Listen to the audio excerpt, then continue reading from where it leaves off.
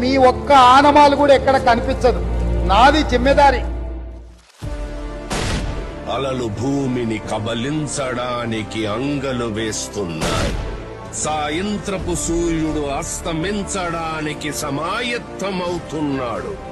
ఉరుముల పిడుగుల ఊరేగింపు ఉద్యమించడానికి సిద్ధంగా ఉంది. అతని రాక పట్ల విధి కూడా కంపించింది. ఇక్కడ జరిగే అన్యాయం ఎత్తుకుంటే ప్రాంతీయతత్వం, న్యాయం అడిగితే ప్రాంతీయతత్వం, నీళ్లలో వాట అడిగితే ప్రాంతీయతత్వం.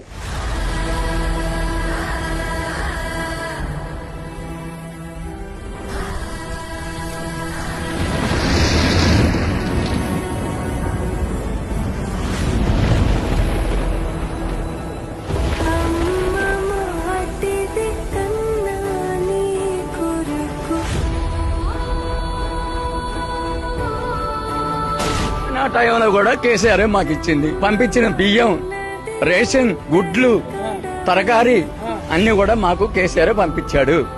కేసీఆర్ గారిని వదులుకొని మేము చాలా పెద్ద తప్పు చేసినామని. కేసీఆర్ మాకు పెద్ద కొడుకు అయ్యా. దిక్కులేని వాళ్లకు ఆయన కొడుకు.